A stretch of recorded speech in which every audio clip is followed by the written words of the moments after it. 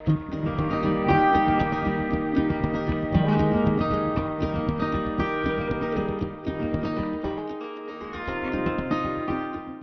all, welcome to one of the key sessions that we are expecting in the ITCON Manage Engine conference. So the session is on leading innovation through AI and ML technologies in the new normal. So this is what the new normal is giving us, right? So it's a lot of unexpected turning events that are coming into the virtual era or the remote working era. So a lot of unexpected events turning everything upside down and giving us new technologies into the market, and a lot of new things are popping out due to this new era. And for this, we have a panel for discussing the innovations in AI and ML technologies. We have invited industry veterans for that. We have Swathi and we have Barber with us for that. And we also have one of the key person who is doing research on AI and ML technologies in the Manage Engine area. And let's start with a quick introduction. See, AI and ML has been a long debated topic. So it has been there for I would say it's there even the programming or computational era started.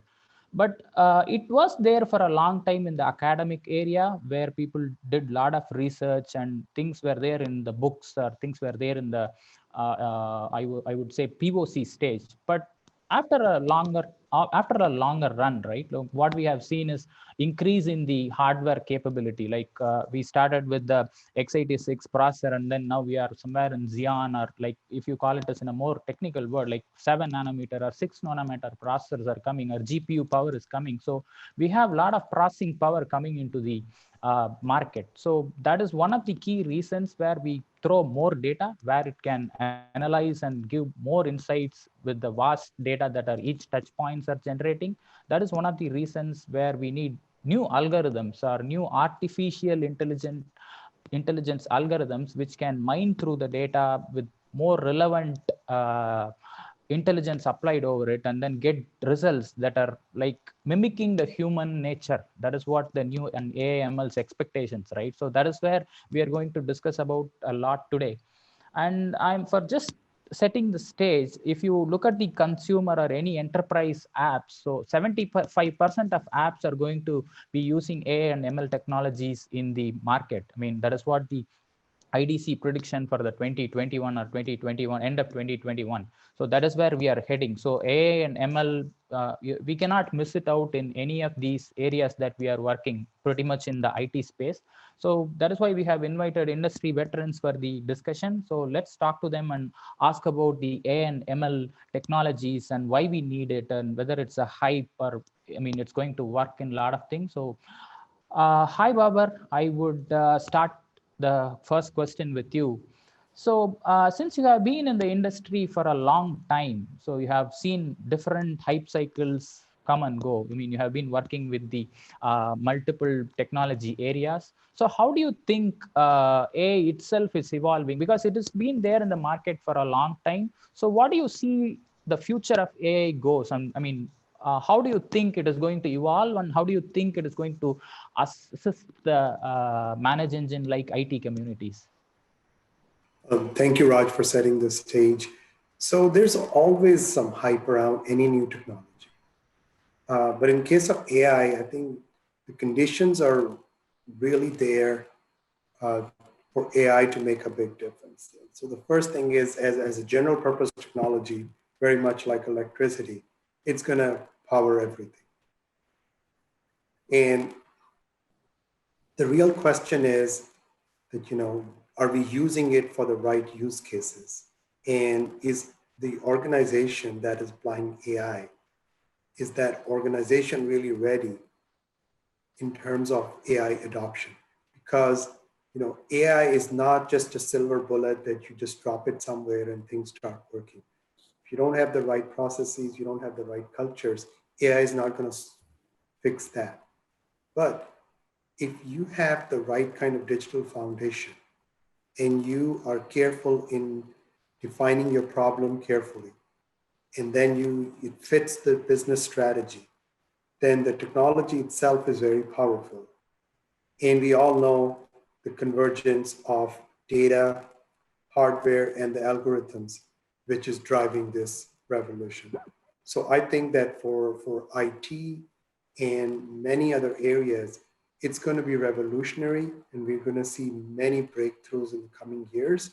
Of course, specific technologies can change, our approach might change, but the overall revolution that we have seen in the last 5 to 10 years, it's going to get bigger and it's going to get better, and we'll see a lot more clear advantages of AI in the technologies.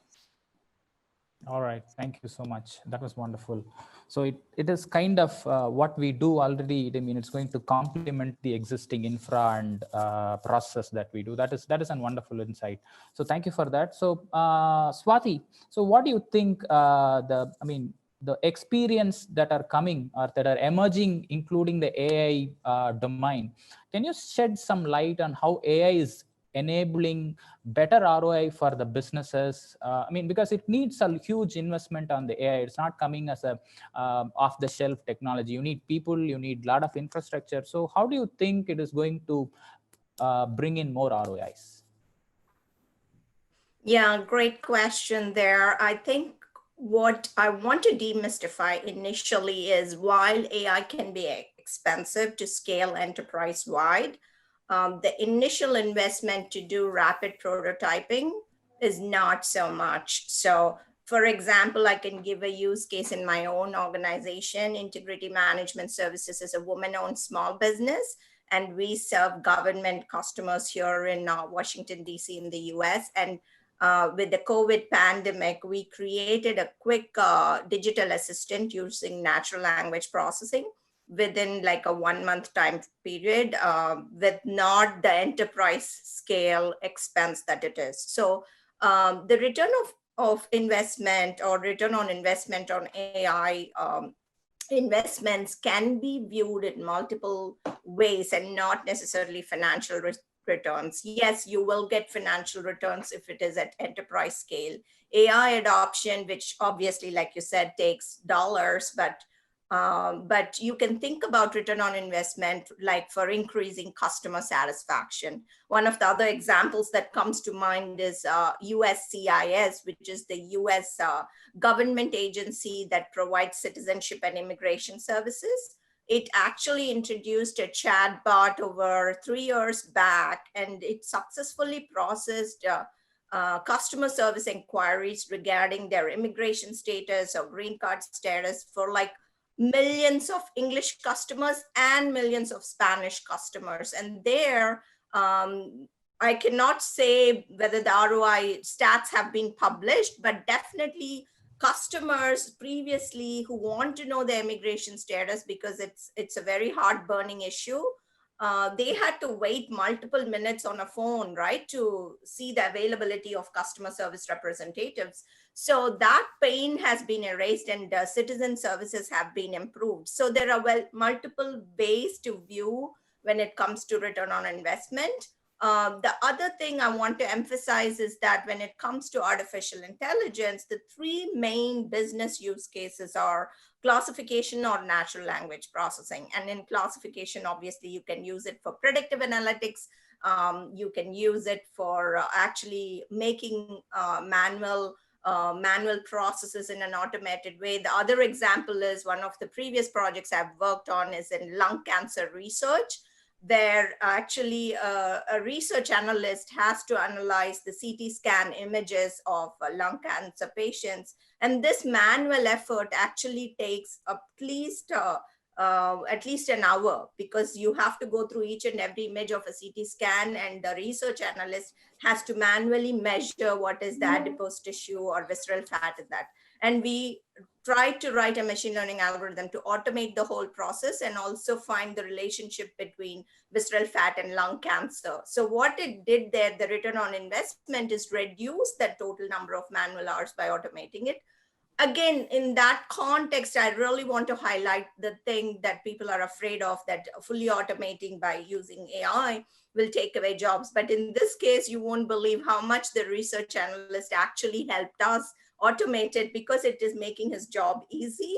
And it's he is using his skills to analyze like complex problems. So in a nutshell, think about your use cases, start small, and do a rapid prototype and show the small wins before you think of actually scaling across your enterprise. And definitely you will see return on investment in terms of maybe financial returns, but higher customer satisfaction, or in the USCIS case, the citizen satisfaction. And you have that competitive advantage because post pandemic, most businesses are not coming back, and one of the advantages for you will be giving that competitive edge to use something like AI ML to actually automate some of your business processes. All right, thank you so much. So Ram, question to you. So since you have worked in the AI and ML domain for a really long time, so what do you think the AI ML evolution on the decade or whatever time that has been used in various technologies in the market, and is it living the hype that is actually expected by the consumer or enterprise apps? That is pretty interesting to know. Great, thank you, Raj. So we have seen a lot of AI hype cycles come in and go, and then there'll be an AI winter. So this as a technology per se has been known to overpromise and underdeliver. But right now, at this moment, like Babar rightly pointed out, we are at a very good conglomeration of data collection capabilities, data processing capabilities, and hardware capabilities. I would also add to the fact that we have started building business models around data. Right? So that search engine you use, that social network you use, you don't really pay dollars to it. You just pay back with your own data, and it is a very successful business model to go on with. So the consumer world has started reaping the benefits of AI. Enterprise as a technology enabler thing is always having a slow mover advantage. So think about it. 5 years back, you didn't have a lot of enterprise mobile apps. But today, a lot of work gets done via your mobile apps. The same thing comes to AI also. Sorry. AI has slowly seeped into enterprise world, and we are seeing a lot of use cases in several different touch points where the enterprise software acts. So for example, when I started off AI probably 10 years ago, the challenge was we were not just building AI, we were trying to integrate AI into a product that was already a decade old. So we were retrofitting AI into business workflows, business processes that has existed for a minimum 2 decades, right? So we were trying to plug into that. And one, that was an engineering challenge where generally product management cared about code reusability, code extendability. But all of a sudden, product management had to care about the kind of data points their product is going to generate so that an analysis and algorithm can be run on top of it. So that brought in a very change in which whole software products were built, especially enterprise software. And I remember somewhere in 2014, we launched our very first AI use case. But apparently it didn't gain a lot of traction because it was something game changing. It was something that would change the whole workflow or the process on which the enterprise was working on, and people really didn't get excited about it. But interestingly, there was also another small Easter egg that we actually threw into the project, where the AI engine would recommend icons for the forms you create. Interestingly, that got a lot of raving feedback, a lot of tweets, a lot of happy customers. Even though they came to us with an issue, there was a small part of the mail which really talked about it. It was for example, there was one particular customer who said, I created a form in my service desk where I talked about California leads, and your system beautifully suggested the Golden Gate icon, right? So those small touch points were initially required for getting traction because you're predicting something that the person is very strong about, and the AI model had just trained over the past data of the last 2 weeks. So the slow change of getting the consumers used to AI features in enterprise products, and then bringing in the bigger things like user behavior analysis, outage prediction, that was widely perceived, and people really got used to the probabilistic shift that AI got into the enterprise suite. So I think moving forward, taking inspirations from the consumer world, AI has or will make a lot of impact in enterprise software from now on? Interesting. Yeah. So, I mean, based on my experience, IT, I mean, inside any particular organization, IT is the first domain that takes care of a lot of, I mean, regular operations. I mean, churning with a lot of data points that is generated, and I mean, so it needs the power. I mean, that is what I would think this question goes to Babar, which is technically right. So, Babar, what do you think the AI is the first step in the IT domain? So IT domain should take AI technologies and algorithms to use all these levers that are coming with the AI and apply it on the IT issues so that the IT is evolved. So, I mean, IT has become a backbone of the company, right? So what do you think about it? So do IT need to take the AI step so that it can bring in all the other domains in the organization? Yes, Raj, of course. Wherever there is, data being generated, and where there are processes that can be automated and made smarter, then AI would add a lot of value. So the key thing is for the IT people to start thinking in a new way. So the mindset has to be different, because now you're not trying to come up with a list of scenarios and trying to program instructions for those, but letting the data drive it. And the other thing is that IT has people who already have technical background, they're analytical, so they can make use of AI strengths quickly. And you already see that in terms of the service levels, in terms of the use of data from logs and alerts, in terms of cybersecurity, in terms of DevOps. AI is making a big difference. And the interesting thing is when the teams work together, data science and machine learning, as well as traditional IT, they can learn from each other, and the result is much better. Pretty interesting, right? So IT is the backbone. So if you resolve the issues in the backbone, the other parts of the organization automatically gets into a boost, so that you can apply all these technologies, because IT is not the business, but it is becoming a business. That is what very interesting in the new era. So in that line, so Swathi, what do you think? What do you think would be the powerful AI strategy for any IT companies, and what they should do and what they should not do when they take any AI prototyping project into trying to move it to production or trying a POC itself? So what do you think is the right one and what is the wrong ones they should address? Sure. So I'll start off in the IT use cases. Like you said, IT is definitely the backbone, and there are several use cases you can think about. And I'm sure Manage Engine has implemented several of them, but for others out there, you want to do rapid prototyping. I can think of starting right off the bat, you have service tickets, right? So you can have either service tickets being handled using natural language processing, or even using your patterns, your historical patterns of service tickets, predicting how much of coverage you need during the weekend, something of that nature, that use case. Asset management, again, cybersecurity, there are multiple AI use cases out there. Splunk and others are doing good work there.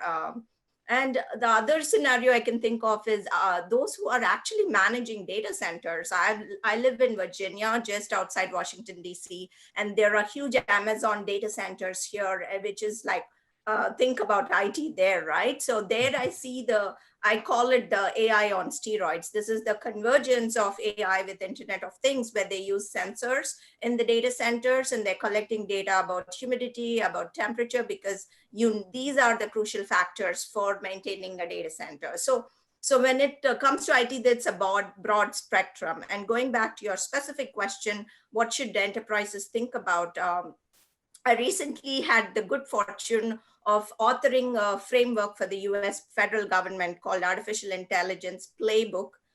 which actually provides the US federal government who are thinking about AI, how to implement. And I think the same framework is applicable to any IT services organization as well. So essentially it consists of 5 phases: assessment, evaluation, and then implementation, and then integration, and further, how do you analyze all the vast quantities of data. And what is the most important phase in that is the assessment. So too often people or business leaders go to Gartner conference and thinks of sprinkling the pixie dust of AI. So it doesn't work that way. The first thing you want to know is, in your assessment phase, you have to be very careful evaluating what is the use case. Is it the right use case to use AI, which ultimately boils to machine learning, which is 90% of the use cases in an enterprise. So think about it, discuss, debate, and deliberate the use case and how you can map the use case to your business goals or your mission if you're a federal agency or a government agency.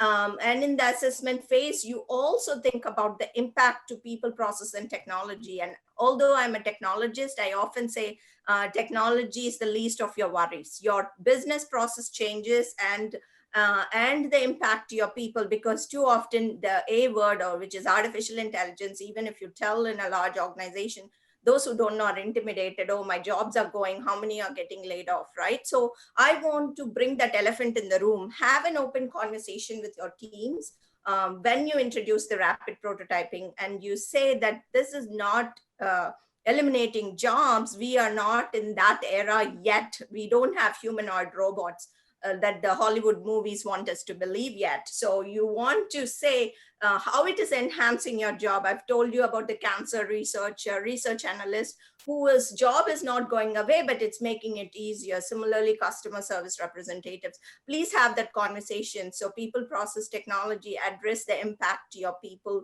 head on initially. That will increase the adoption of your thing. And the processes, I will emphasize time and again, your business process is more important than your technology platform selection. Yes, technology platform selection comes at a later stage, but at the upfront, think about your business process. As an example, if your business process is actually checking somebody's credit, and if you have to issue them a loan or not, think about, are you looking into their incarcerated records from 15 years back? And that's a business decision and not a AI or a machine learning algorithm decision. So end of the day, spend more time in planning and assessment, and so that you don't do any mistakes. And I've already covered some things you don't want to do is, don't think about AI pixie dust. Don't start off implementing right off the bat because some enthusiastic programmer wants to do it. You evaluate the use case. And thirdly, think about the impact to your people and have an open conversation. Do not skip that step. That is very interesting. A lot of insights. How to do it and how not to do it. So coming back to the AI discussion, right? So this is probably the pretty interesting part I was actually looking for. See, in a lot of times, whatever we were doing without an AI ML knowledge or without an AI ML assistance, right? So it doesn't have a consequence it doesn't have a consequence where it touches our personal lives, but AI or ML doesn't work in that way. It has, that is where the human machine interaction is coming, or human like machine starts to think like a human. So that is where all these arguments, all this bias of whatever you call it, right, pitfalls or things are coming, right? So those are the consequences of the AI and ML, and it needs to be addressed. Every organization or every technology inventor is in a position to address that, so that it doesn't have a consequence on any of the life or any of the technology that is revolving around the human angle. So first question coming on that aspect is, Babar, the question is to you actually. Given the work experience, given your domain experience on the AI, so can you talk us about the steps that are being taken while deploying the AI, so to avoid such biases and any unfair events that is generating through these deep learning algos that are in the system? So how do you handle it? So the area of responsible AI, is really I think one of the most important aspects of AI, because in our excitement, develop new technologies and to transform our businesses, sometimes we don't realize the unintended consequences of our actions. And AI is tricky in the sense that we start with a few assumptions and we depend on data, and then we have predictions, and over time, we can encounter a number of problems. The first challenge is that the data itself has encoded a lot of the characteristics of some real world phenomena. And if you start with data that it's not representative, or it already includes bias because of the way it was collected, then it will move upstream, and eventually the results that you have can have all kinds of problems. And a few years ago, very few companies paid attention. Even the large companies like Amazon's or IBM's, they didn't really think about all of these potential problems in detail. And as researchers looked at these and realized that, things like credit models or facial recognition models, they were trained on data sets that had limited representativeness, and they were leaving out certain groups. Or they were black boxes, which didn't really explain why people were denied certain kinds of opportunities, right? So they slowly started working on that. And that also started a wave of more research on this topic and debates along that. But for companies that are, in the process of implementing AI, they need to have two things. One is that a group of diverse stakeholders, which can look at a problem, not just from a technology perspective, but also from a human perspective. As Swathi mentioned, technology is one of the many things, not the main thing. The main thing is your people and your processes. How you're collecting data, who's looking at it, or do you have the right kind of domain experts guiding your data science folks? In my experience, the machine learning and AI technologists are very smart, but they may not have all of the right background. They may not know how to ask all the right questions. And sometimes they talk in technical terms which are very hard for other people to understand. So that makes communication harder. So if we start with that process, and then we have some sort of governance that reviews the overall life cycle, specifically looking for fairness and bias problems, then you can take care of a lot of the problems from AI that are related to bias and fairness. Now, the last thing I want to mention is that unfortunately, there are a lot of companies who will use data which was not really intended for a given purpose. And we need some regulations to make sure there are disclosures in place, because consumers have no idea how their data is being used. Interesting. So coming back to Ram, do you have a scale to measure the fairness of AI when you assist the IT management space through your AI libraries and algorithms?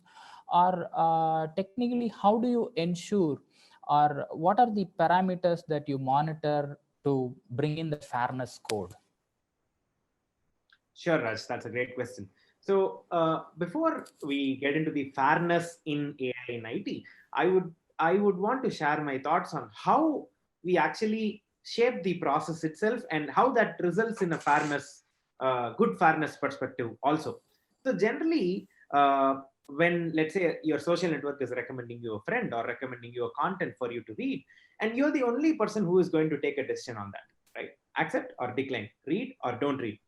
But that is not the same when you deploy AI in an IT process, right? So now let's say my monitoring system tells me that I'm expecting an outage in the next 30 minutes, and all I have to do is add more servers. Now I cannot just go to my boss and say, the AI system told me that there is an expected outage, so I just blindly added my servers, right? Most probably, I will not be the only decision maker there. For example, the outage could be because of the engineering team, because of the network team, or because the marketing team ran a campaign last night and a lot of legal traffic has started coming your way. So there are multiple stakeholders involved, and the decision has to involve the right set of people. You cannot go and ask the product guy when there is a network outage, right? So this is where explainable models come in, right? So explanation is going to be a key when you deploy AI in processes like IT, where there are multiple stakeholders sitting at the decision that the AI system is taking. And if you think about it, we have overused the word intelligence in IT over the last decade, right? Any scheduled routine is an intelligent feature. Any task that runs when a threshold is met is an intelligent feature. But now, all of a sudden, this artificial intelligence, which is again basically statistics on steroids, just looks at your past data and then helps make decisions for you, right? So this is where we are building AI, and your system is good when it is able to explain its own decisions, so that the stakeholders involved are able to take a better and a conscious and a well-informed decision, because your AI is only 80% accurate. Like as Swathi rightly pointed out, there is a huge fear of missing out. There is this notion that AI is going to replace me, which is actually just a plain hype without any facts backing to it. In fact, AI and human is actually a very powerful combination that standalone AI wouldn't get, standalone human wouldn't get. But a human in the loop with a powerful AI system is really a very powerful entity that can have superhuman capabilities. Now that we are adding explanations to your IT processes, to your AI decision making in IT, in fact, I have seen a lot of people think in this direction. Where does fairness in AI comes to syslogs? Where does fairness in AI, generally when you're talking about credit card applications, loan applications, or no, even medical use cases where a certain set of people, certain demographic people have certain medical characteristics. So there is a bias, fairness that comes in. And even the funniest of things, recently there was a Twitter outrage where Twitter was actually cropping certain parts of the image to show it as a thumbnail.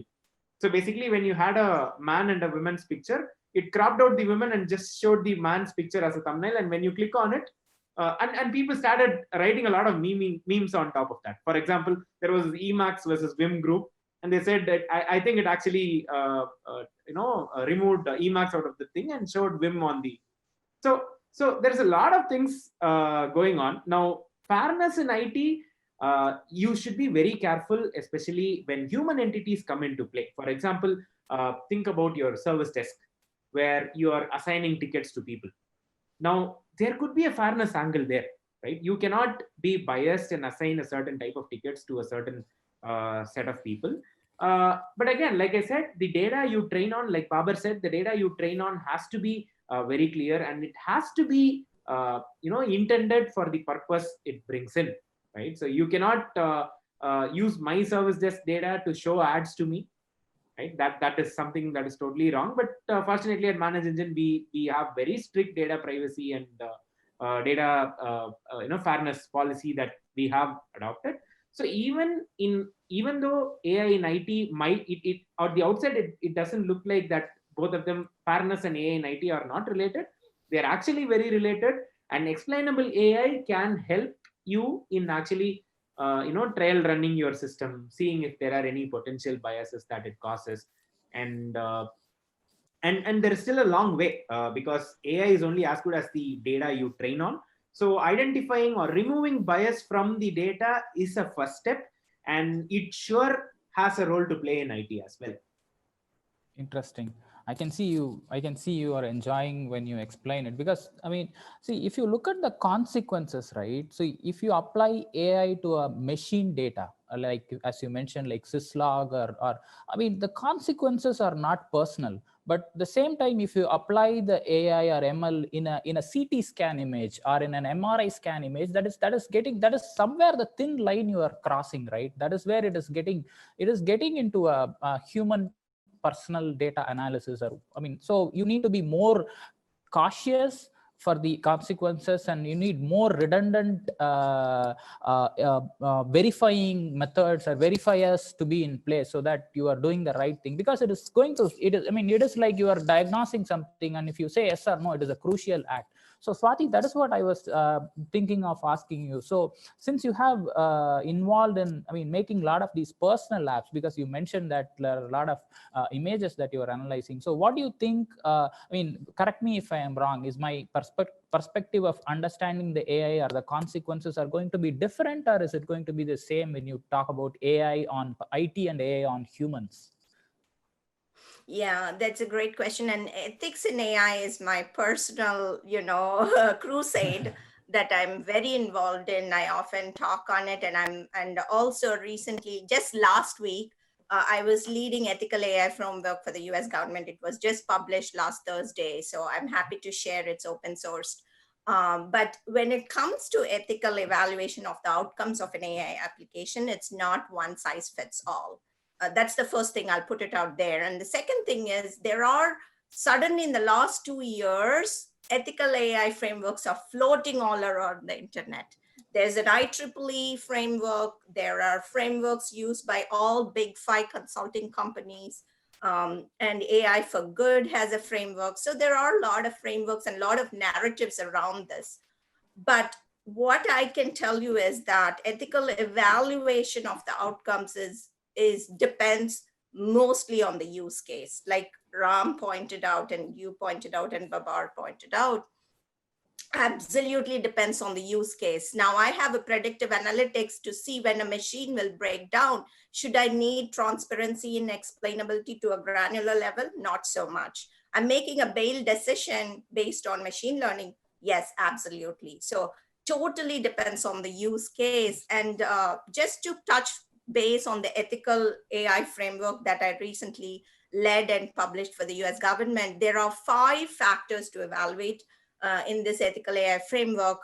Number 1 is bias. We know as humans, we are biased. We have 132 or something cognitive biases. So that is going to seep into to the data. Number 2 is fairness. I know Ram has touched a lot on that, and I have my perspective.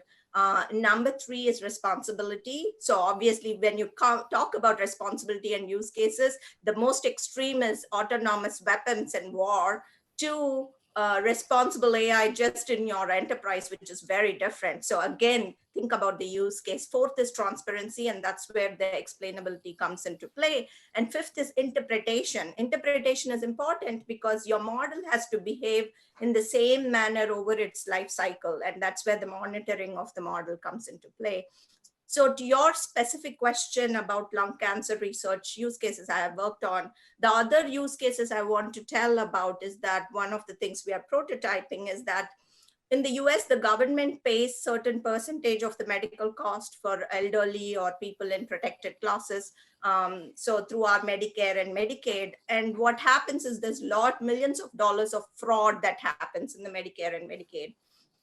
And what happens is the traditional process we do, traditionally statistical modeling is used, obviously, because this is millions of records from throughout US going to the US government that has to analyze. So fraud detection is being done. But if a fraud is actually caught, they have to take it to the Department of Justice. The healthcare provider, the doctor's license will be revoked. So there's a lot of consequence. And actually, I'm working on prototyping that. Think about the consequences of seeping of biased data. If the bias in the data has anything to do with the doctor's gender or a doctor's location, because location in the US also, zip code is a very, very important parameter. So there are all these parameters. So what I say is, when you think about the outcomes or ethical evaluation of the outcomes, think about what are the indicators of those outcomes and how can you measure them. So in this case, the indicator clearly is, if you do data distribution analysis, and I'm going a little techie on you. If you do the data distribution and statistical analysis, you will obviously not have personally identifiable information, but you will have the demographic data. And the demographic data, if you're having only 5 records of females and like 99 records of of mails, there is definitely skewed data. So you have to make a decision. Are you going to create synthetic data? Are you going to drop the records? Are you not going to consider this variable? So there's a lot of discussions around that, right? So when it comes to, again, the ethical implications of AI, one size doesn't fit all. You have to do. And Babar got a very good point, the governance, right? So you built an AI model, you evaluated it, today it is good. After it learned the data for the next 6 months, it will change in its outcomes. So that's where you need governance bodies. That is not just technologists in the room, because I always say ethics in AI is not an engineering problem. You need a business decision maker, you need the stakeholder, you need your legal team, because you can be liable. Mark Zuckerberg was called because he changed the narrative in the 2016 US election due to Cambridge Analytica. He was in Capitol Hill. So you need being advised by the top legal advisors of the country, right? So you need those conversations about, again, depends on the use case, right? So governance and regulation, I cannot say how many discussions since I'm in Washington, DC, policy and regulation is something that even as a technologist, and I don't know how policy regulation is formed, I try to get into that discussions. I try to have that, because ultimately, if it has consequences to society, as it happens in 2020 or 2016 election in the US, you need, even if you're not a technologist, you need to have that conversation. You have to be in that room. So more so if I'm a technologist and I'm aware of how these applications work. So sorry, I got carried away, but again, it all depends on the use cases, and we need to evaluate along the length and breadth of the data. No problem, no problem. Absolutely. I mean, 45 minutes is not the easy time to discuss all this, but still we have covered a lot of things. So I guess we are reaching the end of the conversation. So, I mean, I would let you to give you a minute or two to give the final thoughts, because I would also need to touch upon the point that we are living in a post-pandemic world, or the pandemic is still passing. So how do you think AI is going to change the trends that are already being set, or people were in the mindset of the pre-pandemic mindset? So how AI is going to change it? So 1 or 2 minutes, please give your thoughts, then we can conclude. I'll start with you, Ram. Thank you, Raj.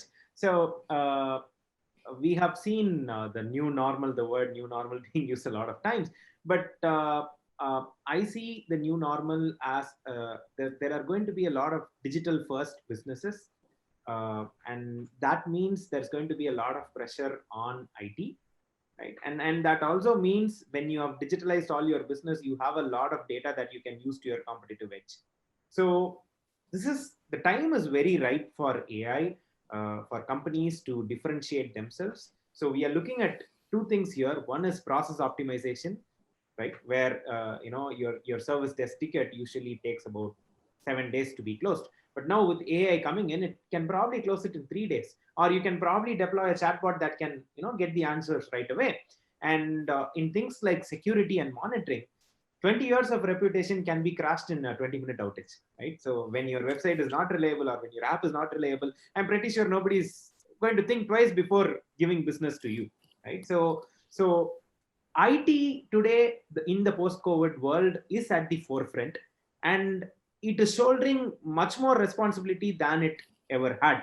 It always had that responsibility, but again, now they are in the limelight. So it is the right time for AI adoption in IT. So explainable AI, like we discussed so far, AI that works on limited data that IT has collected, AI that generally AI is powerful when it looks across the data boundaries, right? So your IT system should be ready for it. Think just about date formats. You can have like 100,000 different date formats for just talking about the same date. I can write DD MMYY, DD MMYYYY, then along with the time zone or Unix epoch time, right? So your AI system should be able to ingest all of your data from your IT system, and it should treat it like one than data in silos. So there is a real strong conviction that I have that AI and IT are going to be the real game changers in the post-COVID world. Thank you, Ram. Thank you for the insight. Babar, any final thoughts on the post-pandemic trends for the AI? Yeah, Ram made some really great points. that, traditionally IT has followed the silos that were created in the 20th century businesses, but now we have a new operating architecture. We need to just get rid of those boundaries, work across different areas. And I think that, the key thing that has changed this year is that location is not really a factor anymore. You can be working anywhere, anytime.